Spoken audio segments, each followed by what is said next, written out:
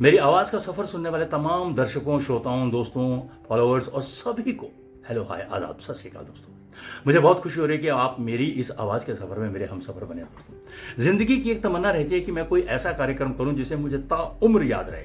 मैं कहीं भी जाऊं मुझे वो यादें हमेशा ताज़ा रहें, हमेशा ऐसा लगे कि हाँ, मैंने अपनी ज़िंदगी में, अपने कैरियर में कुछ खास कार्यक्रम किया है। उस कार्यक्रम का मैं जिक्र आपके साथ करना चाहता हूँ। ये एक अंक में तो होगा नहीं, एक कड़ी में तो होगा नहीं, लेकिन आगे एक कड़ी में चलता रहेगा। लेकिन वो था कार्यक्रम 1999 यानी कि 99 के समय में, जबकि कारगिल युद्ध हुआ था। आकाशवाणी शिमला को यह जिम्मेदारी मिली थी कि हमारा कार्यक्रम पूरे स्टेट पे जा रहा था, हुकअप पर जा रहा था, यानी कि हमीरपुर, धर्मशाला दोनों उसको रिले कर रहे थे, क्योंकि हमारा कार्यक्रम, हमारा मीडियम वेव कारगिल के क्षेत्र में बात साफ सुनाई दे रहा था। इसलिए हमारे यहाँ से 3 टाइम का प्रोग्राम हो रहा था कारगिल के योद्धाओं के लिए। 3 समय के लिए प्रोग्राम, एक सुबह होता था, एक दोपहर को होता था और एक शाम को प्रोग्राम होता था। और विजय दीपक छिब्बर इस प्रोग्राम के प्रोड्यूसर थे और मैं उनकी आवाज़ था। कभी मैं होता था, डॉक्टर हुकुम शर्मा भी थे, लेकिन ज़्यादातर सुबह के प्रोग्राम मैं करता था और शाम का प्रोग्राम हुकुम शर्मा करते थे।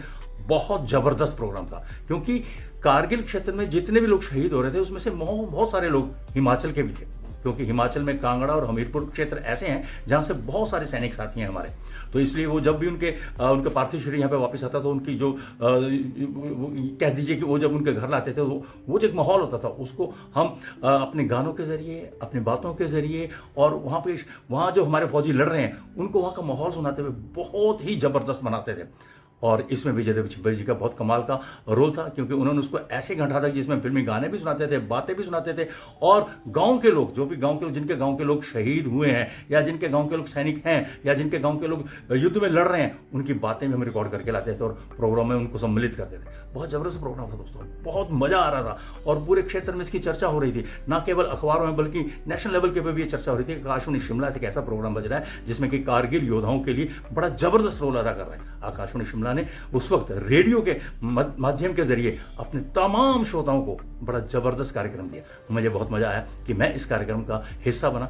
बहुत सारी यादें हैं इस कार्यक्रम की, हम इन यादों के बारे में जिक्र करेंगे। लेकिन आज मुझे वो याद आ रहा है 1999 में, यानी कि वो समय जब कारगिल युद्ध चल रहा था और मैं कितने जोश से वो कार्यक्रम शुरू किया था। मुझे याद है वो म्यूजिक स्टूडियो आकाशवाणी शिमला का, जहाँ पर के प्रोड्यूसर साहब सामने खड़े होते थे और बिल्कुल उनका स्टाइल भी होता कि एक्सटेम्पोरी सब कुछ करना है। उन्होंने एक बार बता दिया और उसी बात को हम लेके आगे चलते थे और फटाफट बीच में गाने डब करते थे और गाना बजता था।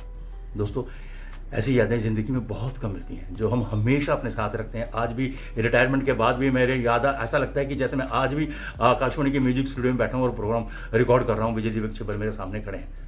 ऐसा माहौल, ऐसे दिन बार बार नहीं आते ज़िंदगी में और मुझे बहुत खुशी हो रही है कि मैं आज आपके साथ उन पलों को साझा कर रहा हूँ। ऐसे पल मैं आपके साथ और भी साझा करता रहूँगा। आप मेरे इस रेडियो प्रोग्राम यानी कि मेरी आवाज़ के सफ़र में यूँ ही साझा करते रहें, अपने हम सफ़र बने रहिए। हम ज़रूर बातें करेंगे, लेकिन आज के लिए बस इतना ही।